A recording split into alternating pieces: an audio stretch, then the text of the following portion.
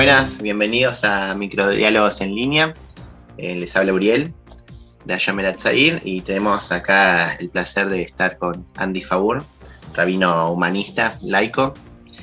Un gusto tenerte acá. Gracias. Igualmente, Uriel, un gusto estar en este espacio de microdiálogos. Bueno, él desde Jerusalén, yo desde Buenos Aires. Damos inicio a esta charla. Lo presenté, como rabino laico, y entonces todo apunta a preguntarte qué es ser un rabino laico. Ok, que es la pregunta obligatoria, ¿no? Como para empezar este diálogo. Mira, en breve, esto nos puede llevar toda la charla, pero en breve, a pesar de que suena como una contradicción, es algo muy natural esto de ser rabino laico humanista. Rabino, en definitiva, según las fuentes judías, incluso según nuestras tradiciones, rabino es una especie de maestro, de guía, de líder espiritual. Y por la historia de nuestro pueblo, de nuestra cultura, este término se relacionó más, se enganchó más con la visión religiosa de nuestra cultura. Y por eso generalmente tendemos a identificar a un rabino como una persona religiosa, que es lo normal, lo natural, después de que esto sucedió durante muchos siglos. Pero ¿qué pasa? Nosotros, como judíos laicos humanistas, como judíos culturales, retomamos ese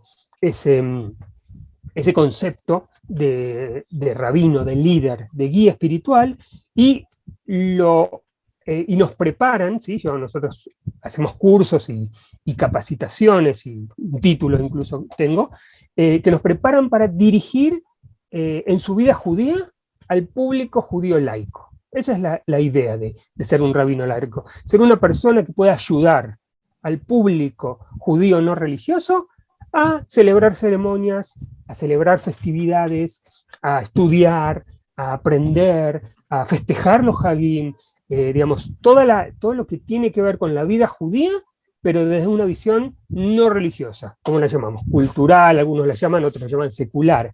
Pero ese es nuestro cargo, ¿sí? Nuestro rol como rabinos laicos, ayudar a los judíos humanistas, a los judíos culturales, a llevar una vida judía plena, rica e interesante.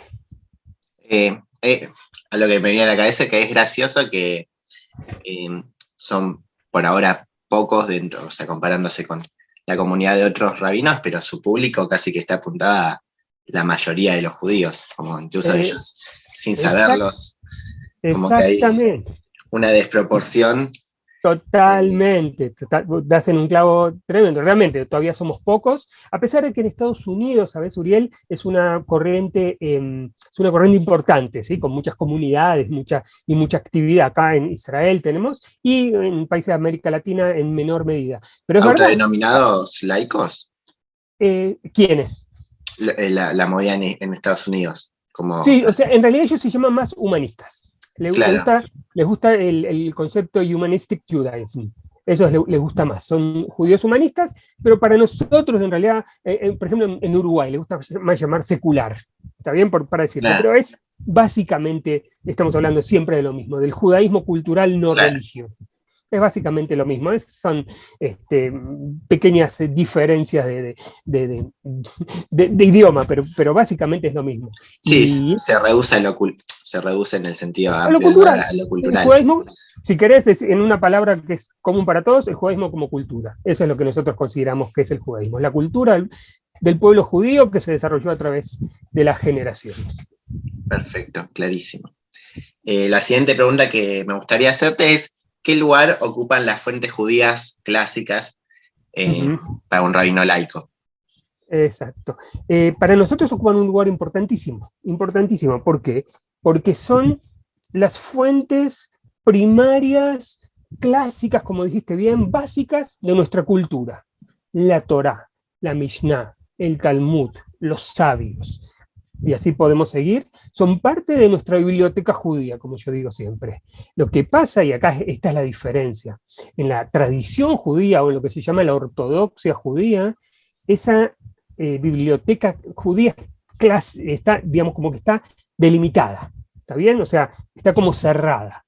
La diferencia es que nuestra biblioteca está abierta hasta el día de hoy, ¿está bien? Entonces, incluye las fuentes clásicas, que nosotros las estudiamos y las enseñamos, Torá, Tanaj, Mishnah, Talmud y todas las fuentes clásicas de nuestra cultura, pero le seguimos sumando. Y a eso se le suma Spinoza y Hegel no sé, y los pensadores modernos, tanto ortodoxos como no. Entonces, ¿qué pasa? Son parte de nuestra cultura, pero, y esta es la diferencia fundamental, para nosotros son fuente de enriquecimiento, fuente de inspiración y no fuente de autoridad. Esa es la diferencia con nosotros. ¿Por qué? Porque para una persona más tradicional, más ortodoxa, llamémosle, al ser fuentes de origen divino, ¿sí? Son fuente de autoridad. ¿Está bien? Es palabra divina. Fuente de autoridad. Para nosotros no son fuentes de autoridad, son las fuentes de la cultura, son elementos que enriquecen nuestro judaísmo, que nos ayudan a entenderlo, que nos ayudan a entender muchas cosas de cómo comenzó o cómo es, y nos ayudan y nos acompañan en nuestra vida judía sin imponernos cosas. ¿Está bien? Esa es la diferencia. Pero usamos las mismas fuentes que cualquier otro judío. Clarísimo. Bueno, la pregunta siguiente a esta es, ¿de qué forma encara el judaísmo un rabino laico? De una forma que no se incluya a Dios o que no se le dé el papel central que siempre tiene en nuestra festividades, cultura, etc. Eso, o sea, cómo vive con esa dicotomía de correr a Dios de un lugar donde siempre estuvo muy presente. Mira, no lo corremos, simplemente la visión es otra, la perspectiva es otra. ¿Por qué? Porque como decimos, las fuentes, la Torá, el Tanaj, son los mismos, ¿está bien? Yo leo el mismo que lee mi amigo, mi compañero ortodoxo. Simplemente que yo creo en otra cosa. Yo creo que no es un texto divino, ¿ok? Que no es ni inspirado ni escrito, ¿sí? Por fuentes divinas, sino está escrito por seres humanos, y eso es un punto importante, ¿está bien? O sea, son seres humanos sabios que fueron nuestros antecesores y que vivieron en una época determinada. Nuestra lectura de la fuente es una lectura también contextual, ¿está bien? No solo textual, sino también contextual. La vemos en el momento, en el lugar, en el espacio, en el momento histórico que se escribió y por qué se escribió así, ¿está bien? Y ese es un punto importante. Y la revolución teológica que hizo nuestro pueblo hacia allá por 3000 años más o menos, que fue algo increíble en su época, realmente fue una revolución teológica, puso un personaje literario como fuente central de todo, ¿saben? Y eso lo llamó Dios, ¿sí? Pero si lo leemos de un punto de vista literario, Uriel, ¿está bien? Podemos ver que Dios es un personaje literario dentro de la narrativa bíblica. ¿Entendés? No es que lo corremos, no es que lo sacamos, no es que lo anulamos, lo tomamos como ese personaje literario, ¿sí? Que crearon nuestros antecesores por distintos motivos políticos, teológicos, religiosos, etcétera, etcétera. ¿Sí? Pero o sea, a nivel literario, si vos lo analizas, es un personaje literario más de esta narrativa. ¿Está bien? Que tiene un papel central, como dijiste vos, pero porque los narradores, porque los que escribieron esto, porque los que idearon todo esto, o sea, toda la escritura bíblica, lo pusieron en ese lugar, ¿sí? Lo crearon y lo pusieron en ese lugar, porque, digamos, como yo digo siempre, ¿no? Muchas veces, ¿dónde está Dios? ¿Dónde existe? ¿Cómo sabemos que existe? Por la Biblia, por la Torá. Si no, no sabríamos que existe, ¿está bien? O sea, en ese sentido es como decís vos, dicotómico, ¿no? Esto de, si no habría Torah, vamos a hacerlo bien esquemático, no habría Dios. Entonces, Dios como lo conocemos, ¿ok? Entonces digo, en ese sentido lo podemos tomar como un personaje literario que es parte de nuestras fuentes, ¿sí? Pero que no toma ese rol superior, supranatural, por encima de la narrativa, sino que es parte de la narrativa. Claro. Y bueno, enlazando con esto, te quería preguntar si era contradictorio ser judío laico y, por ejemplo, y creer en Dios. No, para nada. Mira, hay que separar las dos cosas, porque vos tocas un punto interesantísimo, Uriel. ¿Por qué? Porque muchas veces se confunde el concepto laico con concepto ateo. ¿Sí? Y no son lo mismo. A veces sí coinciden, obviamente. Muchas veces una persona laica es a la vez atea. Y lo voy a hacer muy esquemático, ¿sí? Laico significa no religioso, vamos a ponerlo así, ¿está bien? O sea, una persona judía laica es una persona no religiosa. Aparte puede ser ateo, o aparte puede creer en Dios. No hay ninguna contradicción. Lo que pasa es que hay una cosa, hay algo, el concepto de judío laico o cultural, como dijimos antes, es el concepto que nos une o que nos que tenemos como factor común entre vos, yo y otras personas, y lo que después cada uno crea es una creencia personal. Si yo creo en Dios o no, es cosa mía. Si vos crees en Dios o no, es cosa tuya. O sea, eso no es ya parte de lo que, ¿sí? de lo que nosotros buscamos o de lo que nosotros pretendemos. Cada uno con sus creencias son totalmente válidas, legítimas, somos pluralistas también, entonces cada uno puede creer en lo que quiera, por supuesto, simplemente que nosotros buscamos el factor común. Y el factor común es la identificación con el judaísmo como cultura, y no la creencia en Dios.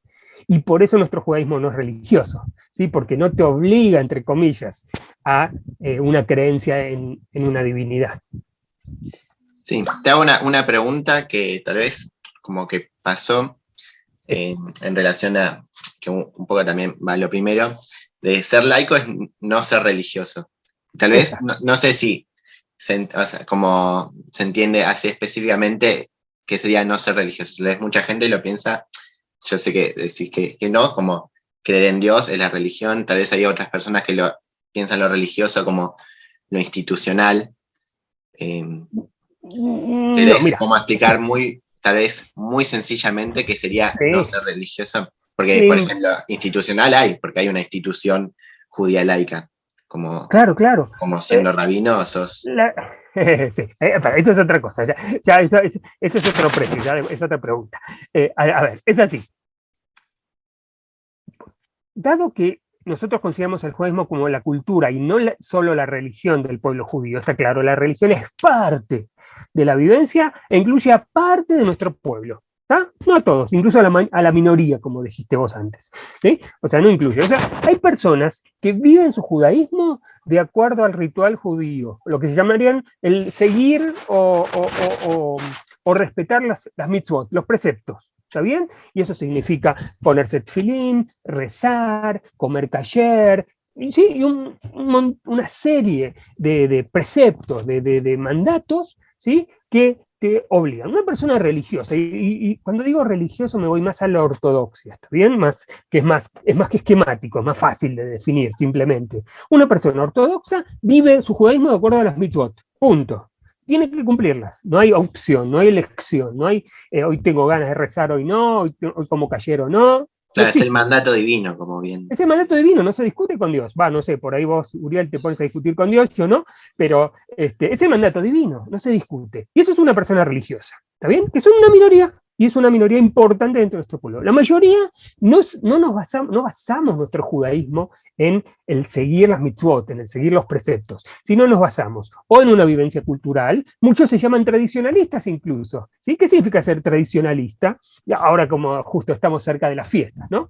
Una persona tradicionalista respeta las prohibiciones de Yom Kippur, digamos, por decir un ejemplo nada más. Perfecto, pero es solo ese día. ¿Está bien? Muchos judíos son judíos de fiestas, ¿sí? Tradicionalistas, que en el día a día no basan su vida en preceptos, en rezos, etcétera, ¿sí? Sino que eso y es muy válido y es muy legítimo eso, ¿está bien? Pero está dentro del marco de los que llamamos tradicionalistas. Por eso digo, cuando hablamos de religiosos es el seguimiento estricto de las mitzvot, de los preceptos. ¿Está bien? La mayoría no hacemos eso. La mayoría de los judíos estamos en un espectro que va desde el laico, tradicionalista, conservador, reformista, ¿está bien? Que no vivimos nuestra vida de acuerdo a las mitzvot, ¿sí? Que seguimos tradiciones, que seguimos costumbres, que nos gusta comer o no comemos pan, sí, depende de cada uno, no se come hametz ¿sí? Pan en Pesaj, se ayuna en Yom Kippur, se festejan las festividades, etcétera, etcétera. Pero, digamos, eso entra ya en otro parámetro, porque el estricto cumplimiento religioso, vamos a decir, es estricto, ¿sí? Yo a mí me cuesta por lo menos, pero cada uno decide, me cuesta decir que una persona se defina religiosa y no coma kasher, o no se ponga tefilín, ¿sí? O no cuide Shabbat, porque eso rompe los parámetros básicos, ¿sí? De lo que es el ritual, la religión judía. Pero si uno tiene ganas de respetar Shabbat o comer kasher, pero no su vida se basa en eso, ya entra como se dice, en la regla o en el parámetro más pluralista del judaísmo, más abierto, más dinámico, llamémoslo, y no es tan estricto como es nuestros preceptos. Clarísimo. Espero no habla muy difícil. No, se entiende. Bueno, como bien sabemos, se vienen fiestas bastante importantes. Rosh Hashanah, Yom Kippur, Sukkot. Una pregunta que te quería hacer es, ¿de qué forma se practica estas festividades siendo judío laico? Vos ya mencionaste igual, tal vez, no sé, para Pesaj, como tal vez incluso es natural como pensarlo, tipo, bueno, nos juntamos a comer con la familia, pero bueno, si hay como algún tipo de reglamentación o... Sí. No, reglamentación no tenemos, porque reglamentación suena duro, ¿no? Suena como, hay que hacer esto. Mira, primero, y decís algo importante, a mí como judío laico no me satisface y no me llena la cena festiva, solamente, ¿está bien? Pues cena festiva hacemos en cualquier momento, ¿está bien? Cuando es tu cumple, cuando termina la facu, qué sé yo, siempre hay ocasiones para hacer cena festiva, pero estas son festividades judías particulares y que yo creo que tenemos que celebrarlas o festejarlas, ¿está bien? Más tradicional, menos tradicional, cada uno la festejará, pero acá tenemos que agregarle contenido. Los judíos laicos nos resignificamos las fiestas, ¿sí? O sea, le damos una significación más moderna, más actual, más relevante. Y nos basamos mucho en los contenidos. Justamente con Rosh Hashanah y Yom Kippur son difíciles porque tienen pocos contenidos. Porque si te fijas, Uriel, la mayoría de nuestras festividades tienen que ver con un evento histórico, con una alegría, con un desastre, ¿sí? Con un evento, algo que estamos, una narrativa particular. Rosh Hashanah y Yom Kippur no tienen narrativa, son más difíciles todavía, ¿sí? Están llenas de rezos, eso sí, para una persona que es observante, como decimos, tiene básicamente su vivencia es una vivencia de rezo religiosa o en Yom Kippur, ¿no? de prohibiciones. Nosotros tenemos que esforzarnos más para celebrar esta fiesta. ¿Por qué? Porque le tenemos que buscar el significado humanista, le tenemos que buscar realmente cómo celebrarlos y como dijiste vos, que no sea una cena nada más, ¿sí? Porque acá podemos cenar cualquier día. Vos y yo nos juntamos, yo voy a estar en Buenos Aires, nos juntamos y cenamos y está todo lindo. Pero eso no hace Rosh Hashanah, ¿sí? Rosh Hashanah hace este momento especial, ¿sí? Porque esto es importante, el judaísmo santifica los tiempos de Hagim o Shabbat son tiempos sagrados para el judaísmo.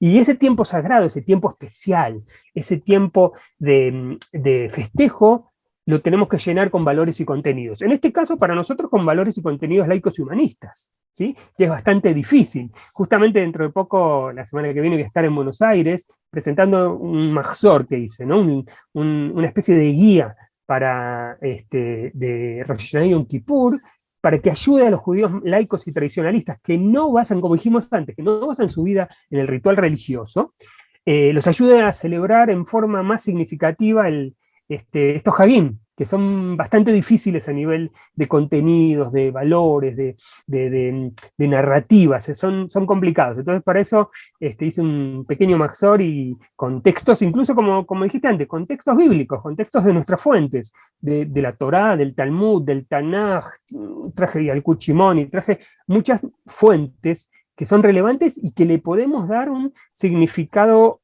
moderno, actual, humanista, y que sea algo, como yo digo siempre, significativo, que salgamos del Hag mejor de lo que entramos. Bueno, yo por ejemplo, una pregunta que te quería hacer, si me podés spoilear un poco de este mahzor. Dale.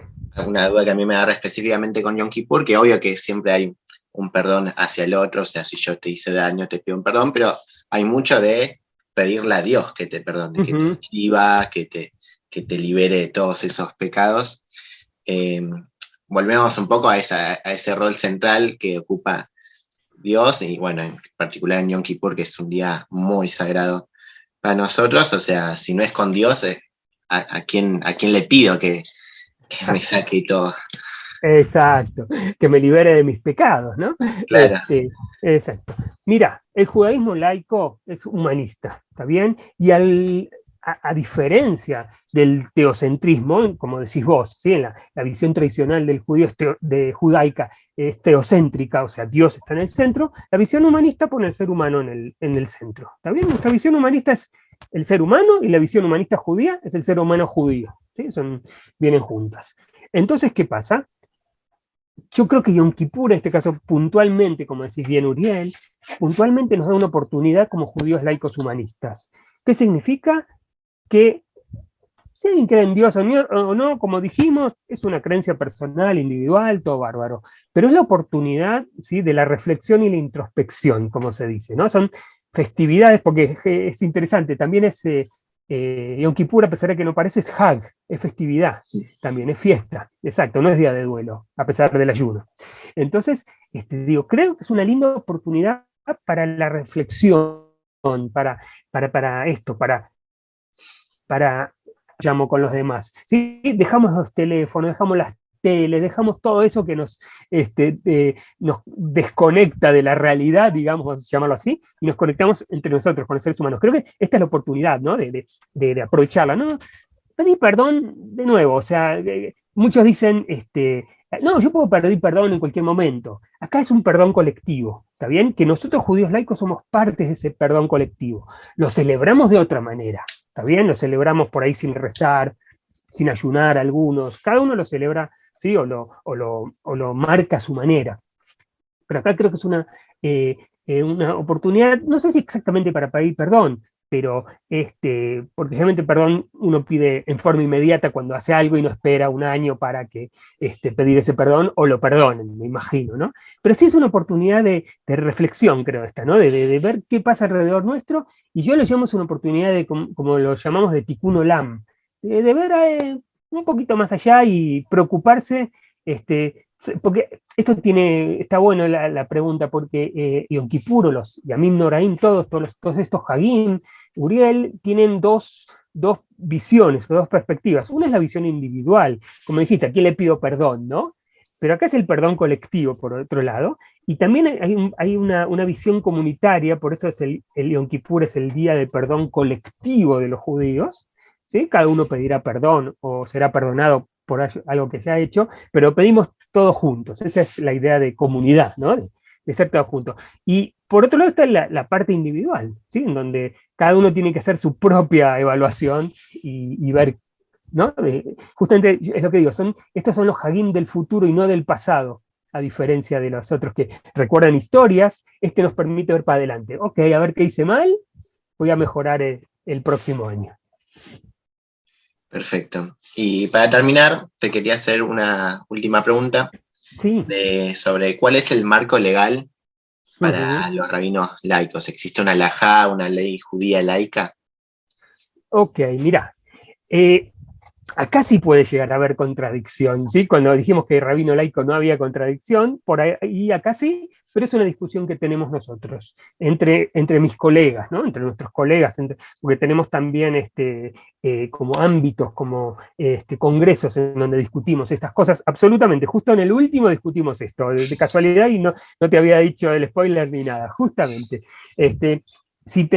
¿Y la discusión cuál es? Si como judíos laicos, como rabinos laicos, tenemos que tener este marco, ¿está bien? Este marco de acción, lo voy a llamar. No sé si legal porque no tiene que ver con leyes exactamente, pero un marco de acción, ¿no? Si tiene que haber por ejemplo, si tiene que haber acá está, voy a hacer el promo, si tiene que haber un Maxur humanista para todos los judíos laicos del mundo, ¿no? Por ejemplo, o una Gadá de Pesaj, o el Shabbat lo debemos celebrar de una manera determinada.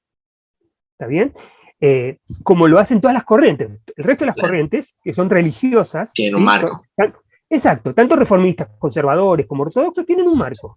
Así se hace, el Shabbat se hace así, cada uno a su manera, por supuesto, el Agadá es así, el Sidur es así, Nosotros como laicos tenemos una contradicción o una dicotomía acá. ¿Por qué? Porque al ser laicos somos abiertos, ¿sí? No tenemos un marco legal, como decís vos, determinado. Y la pregunta es, y te la hago a vos como público también por ahí, Uri, si yo vengo y te digo, mira, yo soy rabino laico, esta es la comunidad, el Shabbat lo vamos a hacer así, Pesach lo vamos a hacer así, nuestra Gadá va a tener esto, vamos a leer el Maxor humanista en los Hagim, ¿entendés? O sea, va a venir una persona laica y me va a decir, por ahí, no es una discusión, me va a decir, pero yo soy laico, no, esto no es para mí, ¿está bien? Yo soy laico porque mi judaísmo no está, como se dice, reglamentado, como dijiste antes. No está reglamentado, yo hago lo que quiero cuando quiero. ¿Qué me vas a decir? Como hacer Shabbat. Entonces, hay una contradicción. Algunos colegas nuestros dicen o proponen hacer una alajá judía laica. ¿Está bien? O sea, un marco, como dijiste vos, legal, o un marco de acción que esté estipulado en grande, ¿no? Puede ser flexible, pero que nos dé las pautas a los rabinos laicos cómo hacer cada una de las cosas que queremos hacer. Cómo hacer una jupá de casamiento, cómo hacer un bar mitzvah, cómo festejar Shabbat, ¿está bien? Pero entramos en cierta contradicción, porque si por un lado somos laicos abiertos, pluralistas, flexibles, por otra una alajá te cierra, porque la alajá, la idea es, a pesar de que alajá el mismo concepto es dinámico, pero bueno, no importa, esa es otra discusión para otra charla. La pregunta es primera pregunta es si es necesario, ¿sí? Si es necesario, ¿quién la hace? Y si quién la hace, ¿quién tiene autoridad para llevarla a la práctica? ¿Entendés?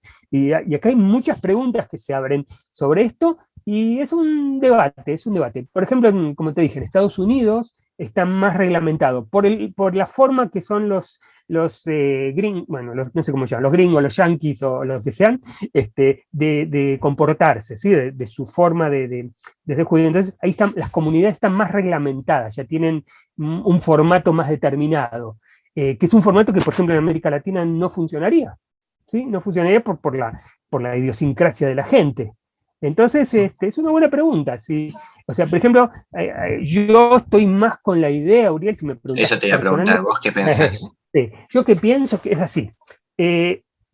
No sé si conoces más o menos, pero el movimiento reformista, sí, yo agarraría el modelo de movimiento reformista. ¿Por qué? El movimiento reformista es bastante autónomo, ¿ok?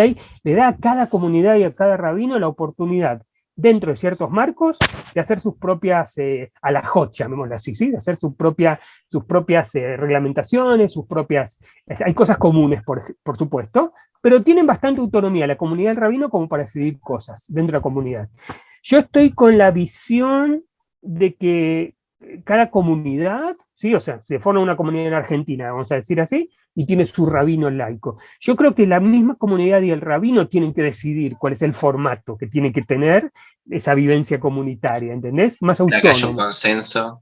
Exactamente. Por ahí me decís, mira, hay una Gadá muy linda que hacen en Estados Unidos. Por decir, ¿no? Ah, bueno, vamos a traer eso. ¿Y Shabbat qué vamos a hacer? ¿Vamos a prender velas o no? Y bueno, vamos a decidirlo. ¿Y vamos a leer la Gadá o no? ¿O vamos a leer el Maxor? O sea, yo creo que va a pasar más por ahí, Uriel, me parece, por la idiosincrasia que tenemos, tanto como judíos laicos, como las particularidades geográficas, culturales que tiene cada comunidad. Por eso yo no estoy seguro que tiene que haber una alajá judía laica, tiene que haber un marco general, bien general, ¿no? Que te dé cierta dirección, que te direccione un poquito, pero que haya autonomía de las comunidades. Esa es mi visión, básicamente. Un comentario que piense que me permite hacer es que tal vez una diferencia es que, o sea, que para mí no estaría mal crear esto cierto marco, porque a diferencia tal vez de la ortodoxia, no cumplirla no sería fallarle a Dios, como que por supuesto. Es como algo optativo eso, como una guía, como algo que tal vez nos ayuda a como, bueno, si lo queremos hacer, hay como alguien que ya lo pensó por nosotros de alguna forma. Exacto, hay como decís vos, siempre que sea incluyente, flexible, ¿no? Que pueda darle respuesta, como decís, a la mayor parte de la gente que quiere participar de eso. ¿sí? Que es difícil, ¿no? O sea, pero sí, exactamente, esa es la idea, básicamente. Bueno, muchas gracias, Andy. Un Súper gusto, interesante. me alegro mucho, Uriel. Eh, Bueno, y le decíamos a todos Shana Tová, ¿no? Yana Toa. Que tengan un Shana Tová, un Mar Hatima Tová, y siempre deseando que el año próximo sea mejor que el que pasó.